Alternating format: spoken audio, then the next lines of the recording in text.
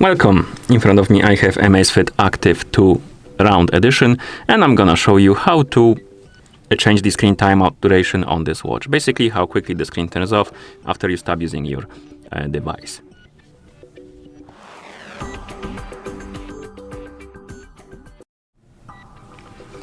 First, you will need to wake up the screen on your watch, and you can do it by pressing the upper button. And once you wake up the screen and you see the watch face, press the upper button again to open the menu. Then scroll through the menu and look for the settings icon. And once you find the settings icon, tap on it to enter the settings.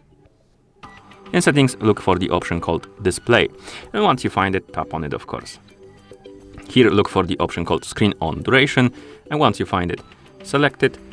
And as you can see here, we have options like 5 seconds, 8 seconds, 15 seconds, 20 seconds, 25 and 30 seconds. So basically different durations. You can select the one you like. For example, I'm gonna select 5 seconds. And then once you're done, you can press the upper button to go back to watch face. And now my screen should turn off automatically after 5 seconds of an activity. So if I won't touch the screen or the buttons, the screen will turn off after 5 seconds. And that's how you change the screen timeout duration on this watch.